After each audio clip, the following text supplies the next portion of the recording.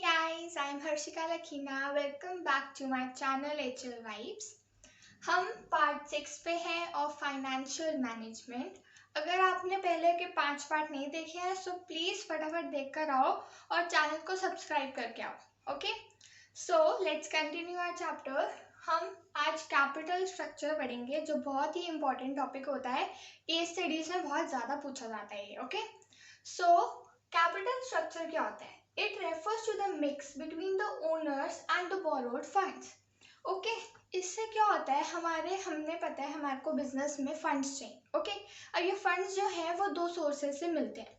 Owners funds एक source है और बोरोड फंड्स एक सोर्स है। ठीक है, तो ओनर्स फंड्स में हमारे पास आती है equity share capital, preferential capital, retained earnings etcetera. Okay, और जो बोरोड फंड्स होते हैं उसमें क्या आते हैं, हमारे डिबेंचर्स आते हैं, बॉन्ड्स आते हैं, लोन्स आते हैं। फाइन, तो ये सोर्सेज से एक बिजनेस को अपने फंड्स लेने होते हैं। अब कैपिटल स्ट्रक्चर क्या है, इज लाइक अ बाउल। ठीक है, बाउल में जैसे हम काफ़ी सारे इंग्रेडिएंट्स मिक्स करते हैं ना, वहाँ पे एक फाइनेंशियल मैनेजर को ये डिसाइड करना होता है कि उनके कैपिटल वाले बाउल में कितना ओनर्स फंड्स आए और कितना बोरोड फंड्स आए। Okay, so cost of debt. अब देखो, पहले मैं ये समझाना चाहती हूँ कि हमारे पास ये जो सोर्सेज हैं, हमारे पास बोरोड फंड्स और ओनर्स फंड्स। ओके, तो जो हमारे पास बोरोड फंड्स होते हैं उसकी अपनी कॉस्ट होती है और ओनर्स फंड्स की अपनी कॉस्ट होती है। अब मैं बोरोड फंड्स को डेट बोलूँगी और ओनर्स फंड्स को इक्विटी बोलूँगी। Okay, so cost of debt is less than cost of equity. Cost of debt जो होती है वो हमेशा कॉस्ट ऑफ इक्विटी से कम होती है। क्यों? क्योंकि जो इसमें हम इंटरेस्ट देते हैं वो टैक्स डिडक्टेबल होता है। ओके, और ये कम क्यों होती है? क्योंकि लेंडर्स रिस्क भी कम होता है इक्विटी शेयर होल्डर्स के रिस्क से। ऐसा क्यों होता है? क्योंकि देखो, हमारे जो लेंडर्स हैं वो हमारे को अगर पैसे देते हैं तो वो साथ में कंडीशन रखते हैं कि आपको इंटरेस्ट देना है इतने टाइम पीरियड बाद, और इतने टाइम पीरियड बाद आपको पूरी कैपिटल रीपे कर देनी है। प्रिंसिपल अमाउंट मीन्स रीपे कर देना है। तो उनको तो अपना पैसा मिल जाता है टाइम पे, तो उनका रिस्क कम हुआ। और जहाँ दूसरी बात आई हमारे इक्विटी शेयर होल्डर्स पे, उनका रिस्क जो है वो ज़्यादा हुआ। क्यों? क्योंकि उनकी मनी जो है वो बिजनेस में इन्वेस्टेड है लॉन्ग टर्म तक, और उनको अपना पैसा सिर्फ तभी वापस मिलेगा जब उनकी एक कंपनी की लिक्विडेशन होगी, और ऐसा कोई रिटर्न नहीं होता। ऐसा मतलब सिर्फ उनको डिविडेंड देते हैं और ऐसा कोई कंपल्शन नहीं होती कि आपको इतने टाइम बाद मिलेगा ही मिलेगा। हो सकता है अगर कंपनी के लिए सिचुएशन सही हुई, प्रॉफिट हुआ हो तो वो दे देगा, अगर नहीं हुई तो फिर वो डिविडेंड भी नहीं देगा। तो ऐसी कंपल्शन नहीं होती है।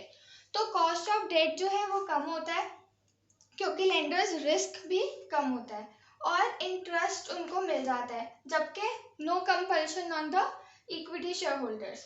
नाउ ये जो होता है, हम जो इंटरेस्ट देते हैं वो टैक्स डिडक्टेबल होता है। ओके, मतलब इसका मतलब है जैसे हम डिविडेंड देते हैं शेयर होल्डर्स को तो हमेशा उस पर क्या लगता है, टैक्स भी लगता है। जितना डिविडेंड दोगे उतना टैक्स लगेगा, और जो डिविडेंड देते हैं वो हम सारी पहले की सारी लाइबिलिटीज़ को पूरा कर देते हैं।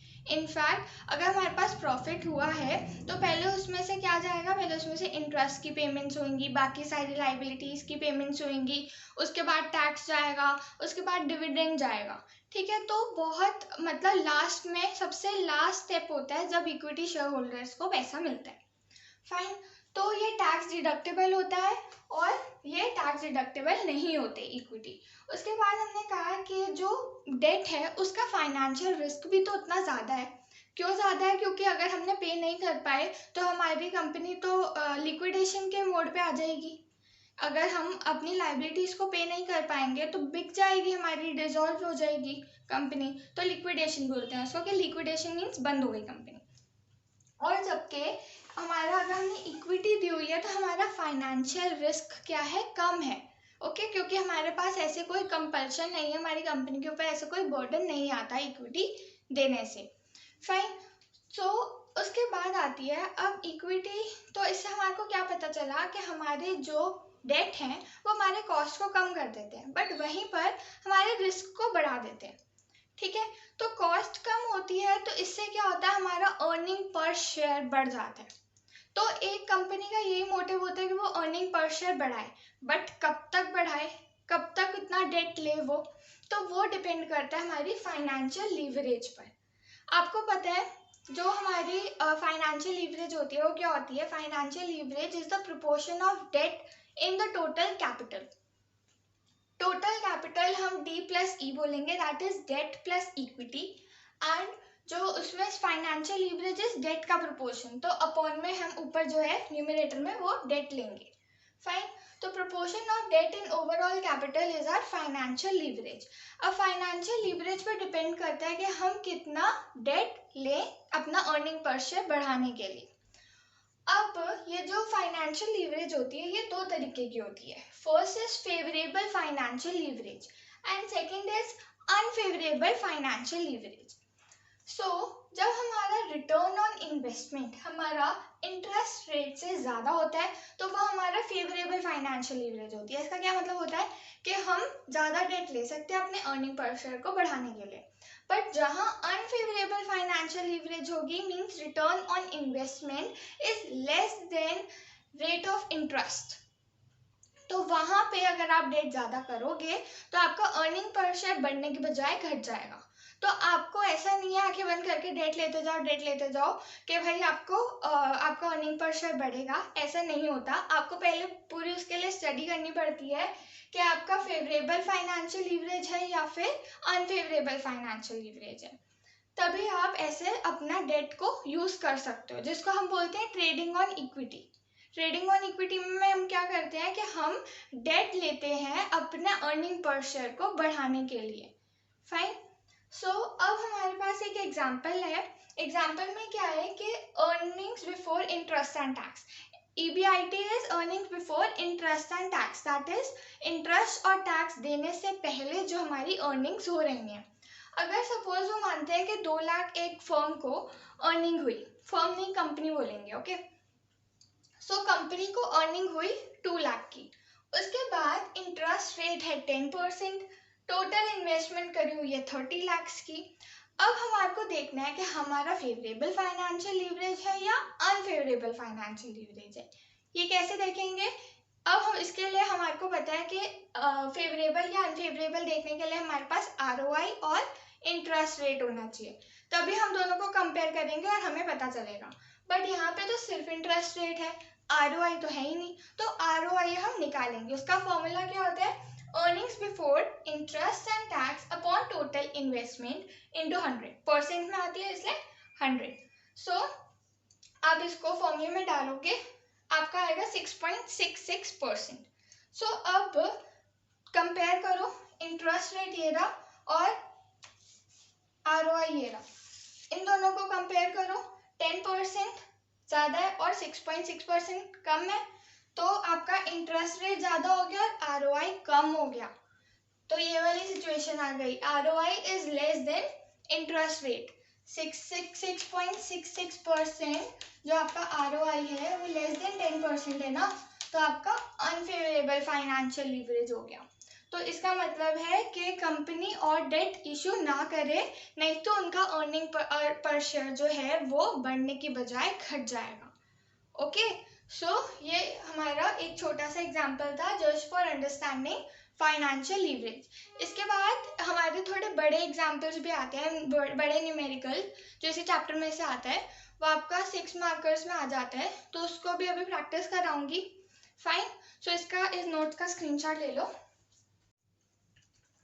सो यस गाइस, अब हम न्यूमेरिकल पे आते हैं। I will read a question for you. Okay, suppose X wants to raise some money for investment purpose.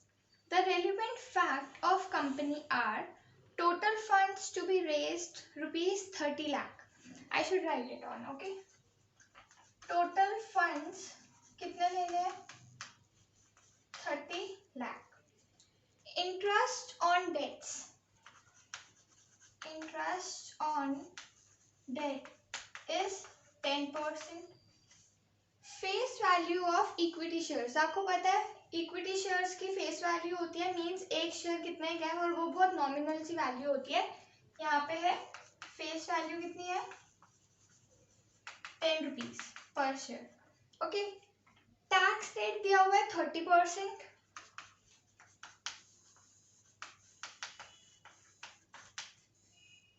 Earnings before interest and tax EBIT वो दी हुई है 4 lakh. Okay. Now the company has 3 choices. Choice 1, when total funds are raised through equity. अगर हम सारे के सारे 30 लाख जो funds लेने हैं हमारे को, वो अगर हम सारे इक्विटी से ले. ओके. चॉइस 2, जब डेट्स हम 10 लाख हम डेट से लें और बाकी 20 लाख जो है वो हम इक्विटी से लें. चॉइस 3, जब डेट से 20 लाख लें और इक्विटी से 10 लाख लें. तो ये 3 सिचुएशन बनेगी. इसको कैसे सॉल्व करते हैं मैं ये बताती हूँ आपको. So first is total funds. Total funds कितने हैं यहाँ पे 30 लाख. तो हमने 30 लाख भर दिया. फाइन. उसके बाद कैपिटल स्ट्रक्चर में क्या 2 चीजें आती हैं, इक्विटी एंड डेट. तो अब केस 1 में इक्विटी नहीं, इक्विटी से ही सारे पैसे लेने थे तो डेट कुछ भी नहीं था. तो यहाँ से हमने इक्विटी से ही 30 लाख रुपीज लिए और यहाँ से कुछ नहीं लिया. सेकंड केस में हमने इक्विटी से कितने लिए थे 20 लाख. राइट. यस. 20 लाख हमने इक्विटी से लिए थे और 10 लाख हमने डेट से लिए थे. फाइन. उसके बाद थर्ड केस था हमारा जब हमने डेट से 20 लाख लिए थे और इक्विटी से 10 लाख लिए थे. फाइन. सो अब EBIT है तो EBIT हमारे को गिवन है क्वेश्चन में 4 लाख. तो यहाँ पे 4 लाख आ जाएगा तीनों जगह. अर्निंग बिफोर टैक्स तो सेम ही है ना, तो उसमें आपको कुछ डिफरेंस नहीं दिखना. उसके बाद है इंटरेस्ट. इंटरेस्ट किस पे लगता है, डेट पे. अब डेट फर्स्ट केस पे तो है नहीं और डेट है कितना, डेट कितना है 10% है. तो आपको डेट लगाना है. तो अब यहाँ पे तो हमारा कोई डेट का इंटरेस्ट आएगा ही नहीं. यहाँ पे मेरा आएगा. फाइन. यहाँ पे 10 लाख का 10% लूंगी 1 लाख. यहाँ पे 20 लाख का 10% लूंगी 2 लाख. उसके बाद मेरे पास आएगी EBIT. ओके. सो EBIT के बाद इंटरेस्ट हट गया तो मेरे पास आया अर्निंग्स बिफोर टैक्स. तो टैक्स देने से पहले मींस इंटरेस्ट के बाद और टैक्स देने से पहले आपके पास क्या अर्निंग्स बची. यहाँ पे तो 4 लाख की 4 लाख ही है. यहाँ पे 3 लाख हो गई एंड यहाँ पे 2 लाख हो गई. फाइन. उसके बाद टैक्स के पास अर्निंग बिफोर टैक्स आ गई. अब टैक्स हटाना है. टैक्स किस पे लगता है, अर्निंग्स बिफोर टैक्स है या अर्निंग्स आफ्टर टैक्स लगानी है. मींस इस अर्निंग्स पे आपने टैक्स लगाना है. फाइन. तो अर्निंग्स पे टैक्स ऐसे लगाओगे. यहाँ पे टैक्स का रेट क्या है 30%. ओके. सो यहाँ पे 30% लगाओ तो 4 लाख पे 30% लगेगा. तो 1,20,000. यहाँ पे लगेगा 90,000 एंड यहाँ पे लगेगा 60,000. ये टैक्स था. अब अर्निंग्स आफ्टर टैक्स, टैक्स हटा के निकलेंगी तो 2,80,000. फाइन. 2,10,000 देन 1,40,000. फाइन. ये आपके आ गए earnings after tax. Earnings after tax आ गई. अब अर्निंग पर शेयर मैंने आपको कहा था कि हम ये देखते हैं तो हमारे को क्या पता चलता है कि हमारा अर्निंग पर शेयर कहाँ है. अर्निंग पर शेयर निकालते कैसे हैं हम, हमारे को अर्निंग पर शेयर अपना बढ़ा हुआ मिलना चाहिए. जो सा केस में हमें बढ़ा हुआ मिलेगा हम वो केस लेंगे. Earning per share is equal to हमारे पास कितनी अर्निंग्स है, that is our earnings after tax, that is यही वाली, upon number of shares. Number of shares. So number of shares हमारा फर्स्ट केस में कितने थे. अब नंबर ऑफ शेयर्स आपका 30 लाख नहीं है, आपको 30 लाख वहां से अमाउंट मिला है.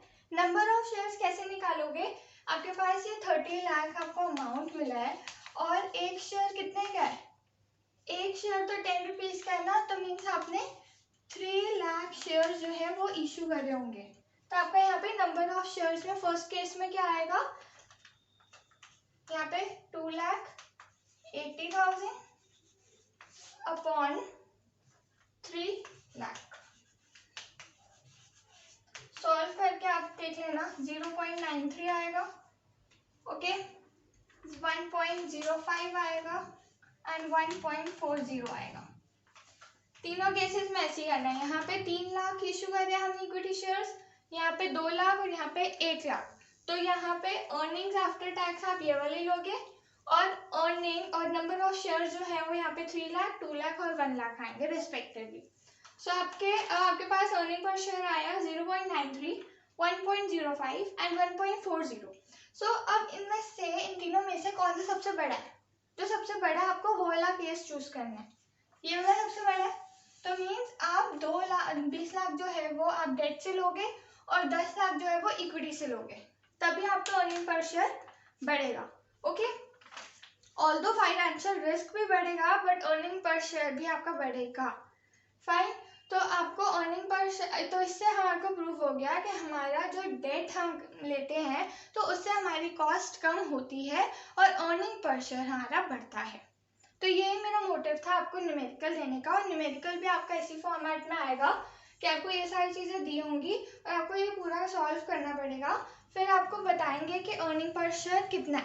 ऑल्दो ये हो सकता है कि आपको ऐसे 3 सिचुएशन ना दी जाए, सिर्फ एक सिचुएशन पे वर्क करना हो और फिर अर्निंग पर शेयर पूछा हो, या फिर ये पूछा जा सकता है कि अर्निंग पर शेयर कितना हो जाएगा, कम होगा, ज़्यादा होगा, तो वो आपको देखना पड़ेगा। बट प्रोसेस यही रहेगा कि पहले टोटल फंड्स में क्या कैपिटल स्ट्रक्चर है, फिर उसके बाद earnings before interest and tax कितनी है, फिर उसमें से इंटरेस्ट हटाओ, फिर अर्निंग्स बिफोर टैक्स आई, उसमें से टैक्स हटाओ, फिर अर्निंग्स आफ्टर टैक्स आई, फिर आप ईपीएस निकालोगे, that is earning per share निकालोगे, fine.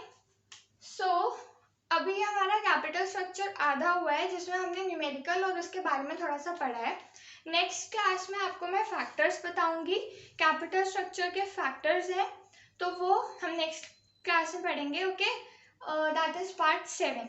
So kindly attend that section also. And अगर आपने सब्सक्राइब नहीं किया मेरा channel, so please subscribe my channel and please motivate me to teach you, okay. So तब तक के लिए बाय।